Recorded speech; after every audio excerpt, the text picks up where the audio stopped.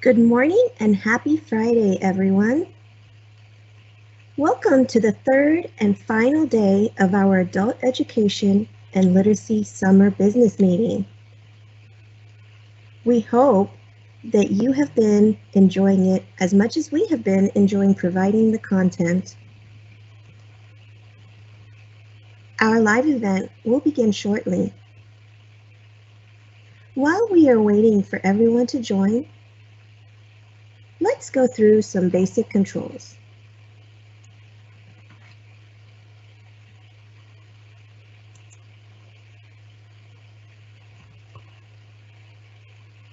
If at any time during the session you would like to access the closed captioning, you can select the CC icon located on the lower right-hand corner of your screen. At the top right-hand corner of your screen, you will see a dialog bubble with a question mark. If you click on that icon, it will open the live Q&A.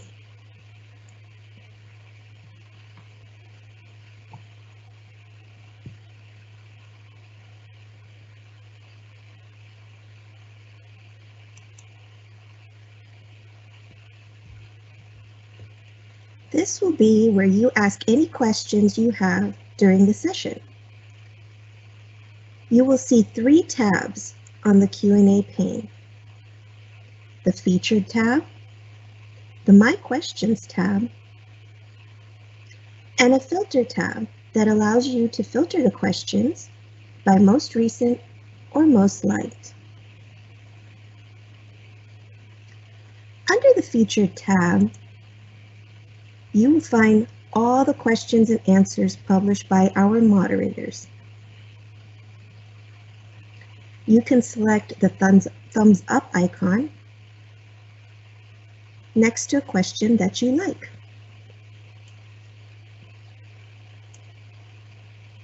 The My Questions tab will show all the questions you submit and any private replies from the moderator.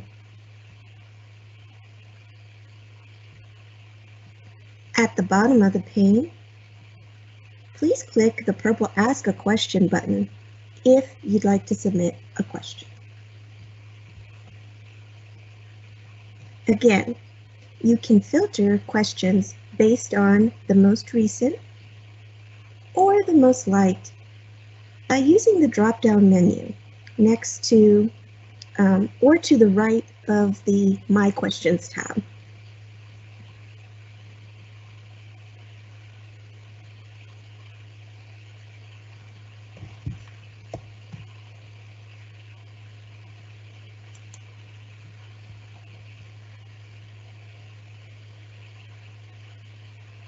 When you select the purple Ask a Question button, this will take you to the My Questions tab pane. At the bottom of the pane, please be sure to type your full name to the right of the person icon. In the box under your name, type your question. Then click the icon of a paper airplane to submit your question. Our moderators are available to publish those questions or respond to you privately.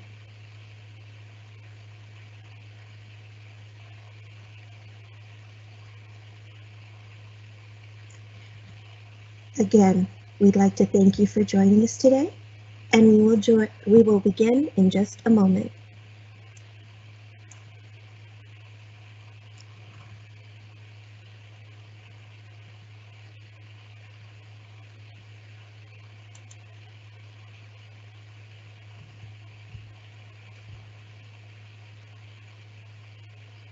So again, we'd like to welcome you to day 3 of our Adult Education and Literacy Summer Business Meeting. Today's first session will be on AEL program updates, and our presenter will be our Interim Director, Mahalia Baldini.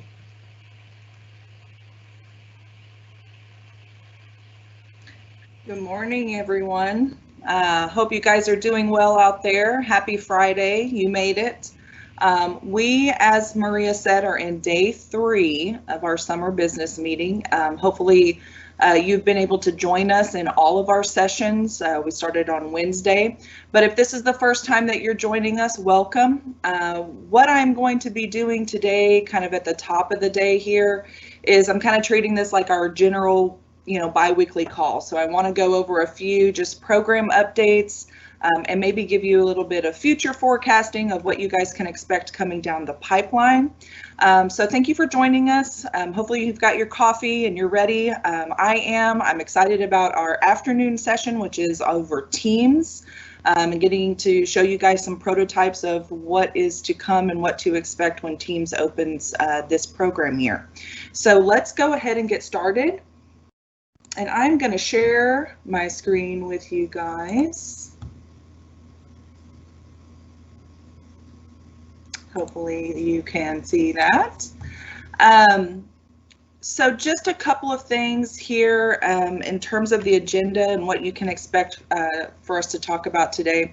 A couple high-level topics. We're going to do just a year-end review for the last program year. We like to do this every summer when we have our business meeting, just so we can take a look back. It's been a tough year, so it's nice to kind of go back and look at some things with the perspective that we have now and everything that we've been through, and just take a look at how things really shook out at the end of the year, and then looking forward into this program year and all the great things we're going to accomplish this year. And then we'll talk a little bit about what's happening now. I know many of you are very anxious about targets and where we are with all of that. So I want to make sure that we get to settle some nerves on that. And then we will be talking about what does the future really hold moving forward, and some things that we can start planning for and talking about right now and strategizing for right now. So before we get started, I wanted to talk about some staff additions and some updates. I sent out an email a little while back that basically said that and maybe it wasn't clear, so I wanted to kind of discuss that. We basically had a little mini reorg within our own division in the agency. And what that did was it moved the contract or grant managers actually down to our department in AEL. They used to reside under board and AEL contracts, which was under Jen Troke, and was managed by Travis Weaver. And now Kara, and we have a vacant position, is going to be actually in the AEL department. So this is kind of the lay of the land and the way things that look right now. We're still a small team, but we're mighty as always. I did want to say that the vacant position is now posted. So if you know anyone that's interested in being a contract specialist in the AEL department, we do have that posting. It's open in Work in Texas, and you can go there and you can, check it out. Because of that, and because of some of the changes, and obviously we had a very big change recently with Anson leaving, and we've had to shift some things around and make sure that we're keeping the wheels on, essentially. And in order to do that, you can look for some new program assignments or realignments. So we're going to review the current program assignments of all the staff, and we're going to see if we need to shift some things around so that we have coverage on all the topics that we do and all the things that we cover in AEL department. From our core grantees to our state leadership projects, we have a lot of work. We also have a lot of policy work that we have coming down the pipeline for this year in response to the last legislative session, as we're looking forward to the next legislative session. So we've got to make some adjustments in the meantime. So I will be sending out an email or working with your program specialist to kind of reach out to you and make some introductions if you are going to be getting a change in assignment. So how will you really know if you're going to be affected by that? You're going to receive an email from me, and it's basically going to notify you of the change. And then there'll be some introductory emails from your new assigned program specialist. So if you don't get an email, then you're in the clear and there's no changes for you. And I want to also say, before we get too far into this, you have a question and answer box. Maria went over that at the top of the meeting. Go ahead and use that as we're going through this, because I want to be able to answer your questions here live. This is one of the only sessions, actually it's the only session in the summer business meeting that we haven't had prepped materials. The reason for that is because I was really hoping to get some information that was going to be just in time, kind of hot off the presses, and I didn't want to have to pull back things and make big revisions to things that were sitting out there. So once the session is over and I think we're good, we will do an accessibility check, and then we can go ahead and post that to the same web page. We'll keep that active, so where you've been going through the TCAL webpage to get your other materials for other sessions, we will update and put this PowerPoint on there for you to pull down. But that's why it's not on there now. But go ahead and ask questions. I really want this time to be, for that. We had a really great session yesterday for the high school equivalency vouchers. You guys asked a lot of questions, and that actually really helps us. So feel free to jump in there and ask any questions, and I will pause throughout the session today so that I can answer the questions for you.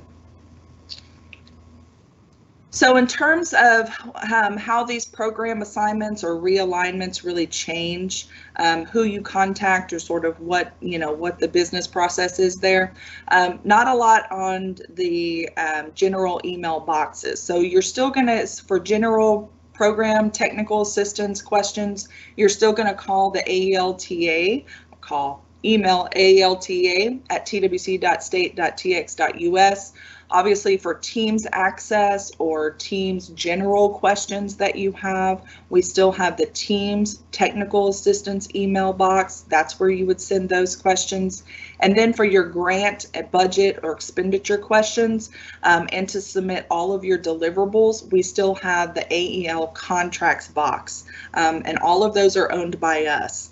So the bail box is no longer going to be active, so make sure you're using that AEL contracts box, because our folks will not have access to the bail box. So if you're sending things there,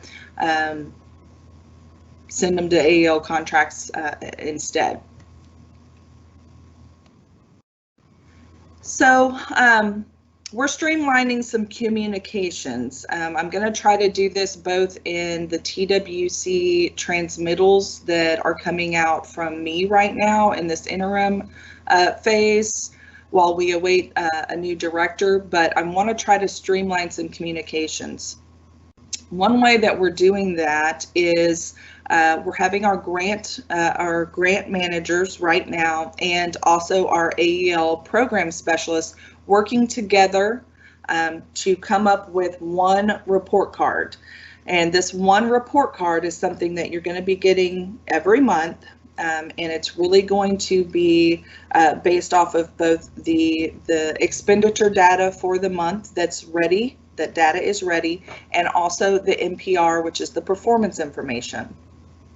And this is going to be a grantee level report card. So I just want to make it clear that I'm still going to be sending out a TWC transmittal with the statewide NPR or the statewide report card.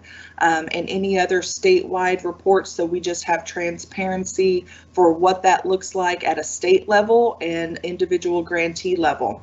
The report cards are really, for you guys and for the program specialists and our grant managers to kind of review those and look at the overall general health of the program. So that way, instead of getting something from me and something from, Veronica and something from Kara, we really want to try to build out one report card that you will get every month, and you will get this for the entirety through the grant period. So that way we can always look back within the grant period and say, how did we really do? Were there certain things that we improved on?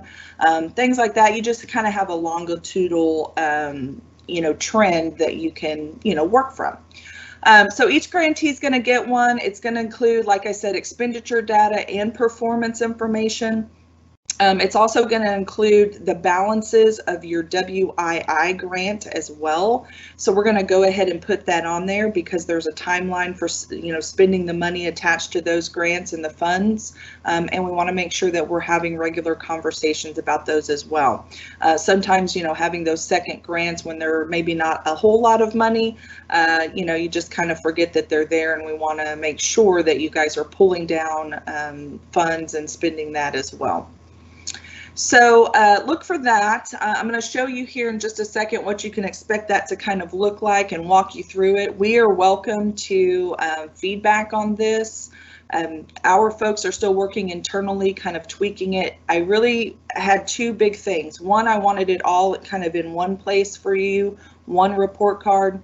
But the other thing was really streamlining it so it wasn't so much, because it is a lot of information. So let's take a look at what you can expect this to kind of look like. Again, this is a prototype, it could change, but I just wanted to show you that we will be breaking down the year 2 budget and expenditures. So any money that you still have, as part of your grant, it'll still be in there, and you'll be able to see it every single month as you spend down those year 2 expenditures. It's also going to have your year 3 budget as well, and any expenditures that you have for your year 3 budget. And you're going to be able to see those. At the very, very bottom there, you'll see these WII expenditures. You're going to see your award amount, your contract number, and then you'll be able to see every single month, you'll be able to see what those expenditures are on a monthly basis. So that'll really help us, I think, just in our general monthly conversations, and hopefully be a really great information and a piece of information that you guys can share with your local fiscal folks or local stakeholders to kind of say, this is how we're doing. For performance, you're going to see at the top, or I guess towards the bottom of your report card, you're going to see your year 2 performance for the next couple of months, and it's just a reminder kind of where you were at the end of PY 1920. So you're going to see some status updates there. You're going to see some performance percents of targets and all of that good performance information that we have from PY 1920. Over here in the far right hand, what you'll see is something called performance targets being met. And that's just going to tell you the number of, how many of the individual targets were being met and how many weren't. So it's just real crisp there. And then at the very bottom of the report card, we are going to, once we get the final targets, we'll fill this out, and then every month you'll be able to see where you're moving towards those, those enrollment targets and what's actually happening once we get the data. So I think this will be a good way to kind of codify everything that's going on within the grant, make it simple for both the program specialist and the grant managers to work more closely as a team when they're talking to you guys and when you're having those monthly discussions. So I'm going to pause right there and see if there's any questions out there before I move on.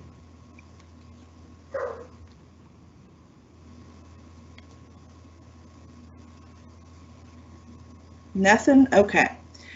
So I'm going to go ahead and move on to the next section here. Let's talk a little bit. Yes. Sorry, you do have one question coming in from Katarina. She's not sure if this is the right question for this session, but will the staff PD exemption forms be processed prior to August 15th? Meaning, will the providers receive a response on whether we are approved to move forward with the staff member in question? Good question. And yes, if you guys have questions related to the new year, any processes that maybe I don't even discuss in today's session, feel free to ask them. I want to get some answers out there. So you can go ahead and submit your staff exemptions right now. If you know that you have a person that has a staff exemption and you're going to need to submit that, the Teams thing is something that when the new year opens, we can do that in Teams, but we can go ahead and actually process the document for you so that you have an answer approved. You know, you can move forward in terms of hiring and getting your instructors placed. So if you know that you have someone that requires a staff exemption, feel free to go ahead and submit that document to us, Blanca, and submit it to the Teams technical assistants. Blanca is going to process those, and we're going to do the review and send you back an approval or a denial, but normally an approval of the exemption, and then you can go ahead. When Teams opens, we will have to go in the same as you. We're all waiting too. We'll go in and we'll process that in Teams. So there may be a little bit of a data entry delay depending on how long it takes us to process it in Teams. But Blanca and I have discussed this. She's got a great system for knowing when the new year opens. She'll be able to go in and process those pretty quickly. So go ahead and send those in. Okay. Good question. And Mahalia, Katarina said that we submitted on July 1st, but haven't received a response yet. Yeah. And if you haven't, I'd say if it's been more than, probably a week or 2 weeks and you haven't received a response, I would follow back up with us, send us another email or forward us the email that you sent. It could have just got lost in the mix, and we will, we'll process through it. There is one more question that came in from Nancy Crawford. Will we still get to see how we are doing compared to the rest of the state? And Lori did respond, yes, the NPR will still be sent out by Mahalia each month. Yeah, I'll still send out the statewide one, and we do that here at the agency just so there's transparency. And Adam is still working on a kind of public-facing NPR for us. But yeah, I'll still send that out so you can get the statewide view and still, look at your peers and be able to have that information. The report card's just going to be very grantee level and a little more granular for you guys. Good question. Anything else? And Katarina submitted again saying that they are part of HGAC consortium. So the requests was submitted on Region 6 on July the 1st. Okay. It probably came from Taylor then. We can look for that. All right, that's it. Okay, so let's talk a little bit about PY 1920. I'm calling this a year in review, and it's not as in-depth as I would like for it to be, but there's just a couple of things that I wanted to go over that also have to do with kind of what's coming. So a look back, performance-based funding for PY 1920. So we actually had 4 measures, and you guys can find all the language about this in AEL 0220 Change 1. But you can actually see the 4 measures that were approved last year. The first measure was really this enroll, students earlier in the program year was the goal. So we had 65% enrollment by the end of Q2. The measure B was a focus on student outcomes, which was how many of those individuals that were participants in Q2 did we get a measurable skills gain by the end of Q3. And I'm messaging these because these are probably ones that will not go away. I'll talk to you a little bit about what to expect for this year. Those are the discussions that are happening right now. Obviously, everything with going on with the pandemic is just, thrown us all into not wanting to do something just because we made that decision a year ago, because that's not really fair. We have to look at the things in the world that we're living in now and be cognizant of that when we're making decisions. So just like you guys were having to make some concessions on some things, and go back to conversations and doors that we thought were closed, and knock on them and maybe reopen them and think through some things. And then we had two measures, Measure C and Measure D, which were kind of forward-facing performance-based fundings. And these had to do with the implementation of some House bills during the last legislative session and the requirements in them. So we had this Measure C, which was the high school equivalency or ability to benefit enrollment and achievement. That was to be applied actually in this program year, and it was 33.33% of your overall holdback, which is really, like we always say, 1%, because your holdback is 3% total. So we have that still on the books for this year. We are making decisions about that as we speak right now, and we will likely have some more information for you very soon, as well as any other performance-based funding that we are going to have for program year 2021. So we've got this 1% here that's sort of already tethered to this Measure C that was actually approved by the commission last year for this year.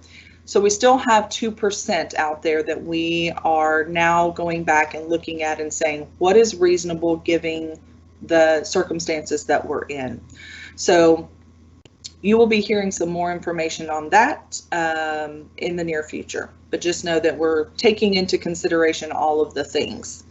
And then we have Measure D, which is this milestones really in meeting the high school equivalency improvement or more enrollment for high school equivalency programs and ability to benefit. And that's going to be applied in program year 21-22. So the results actually from last program year for the two measures that were really, slated during that program year.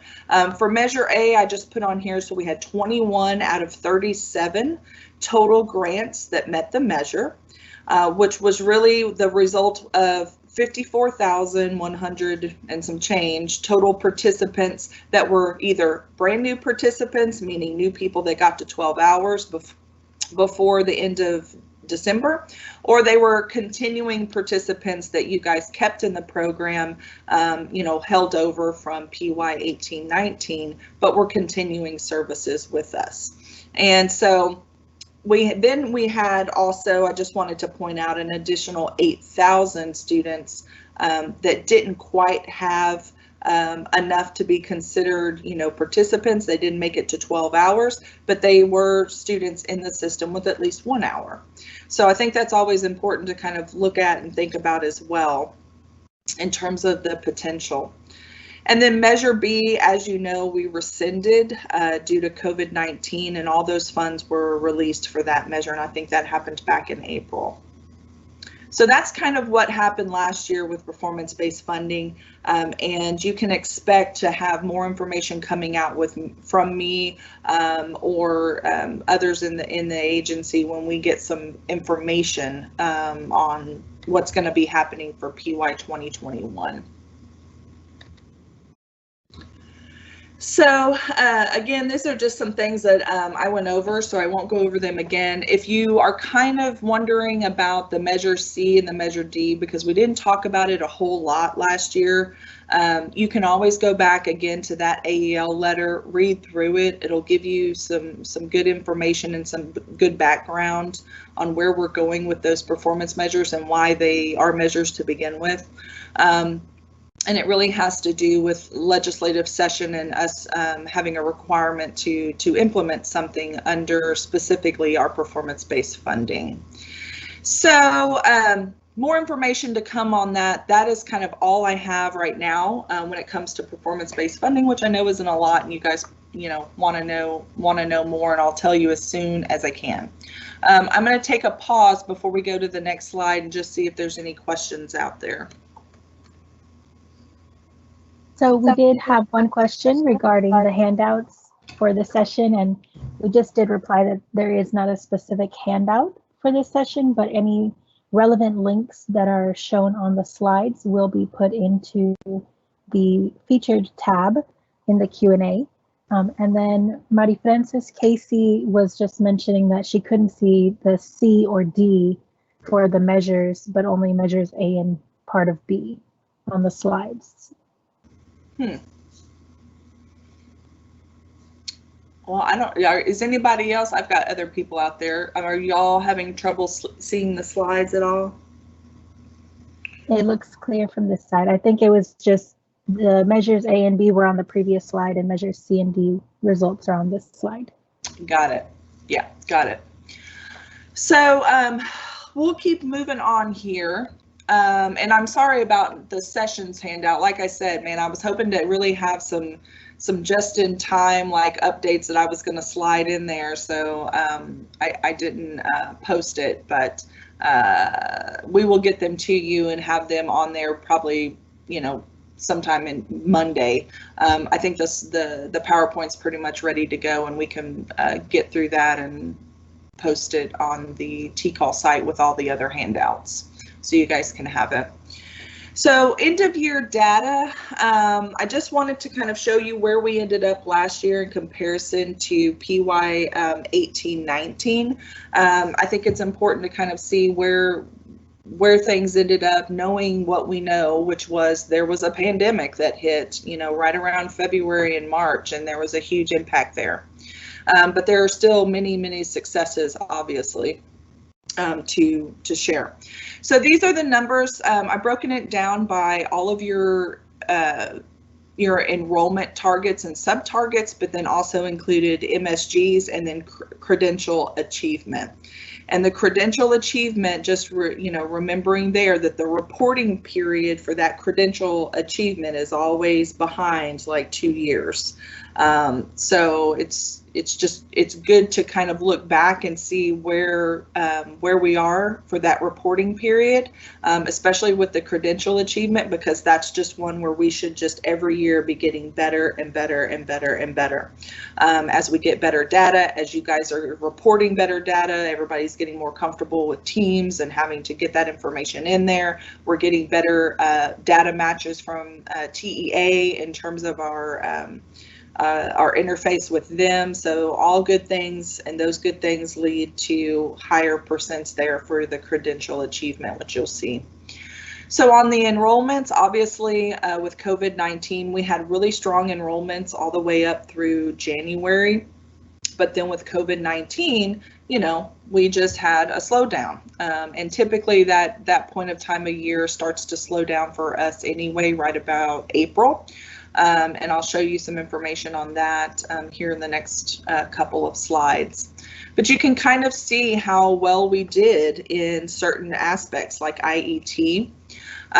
We exceeded our IET target even in the midst of a pandemic. So kudos to you guys out there that were able to be early implementers for your IET and get those numbers in and get those students in. We also have exceeded our intensive target. So that is working with employers and serving those that are internationally trained and re-entry in our corrections folks. So we did very well in our intensive target as well. And then again, the credential achievement, which is very important. So even though it takes us a while, that's maybe an understatement, a while to get this credential achievement data, look how much better we increased over the course of these 2 reporting periods. So again, the reporting period for the credential achievement was not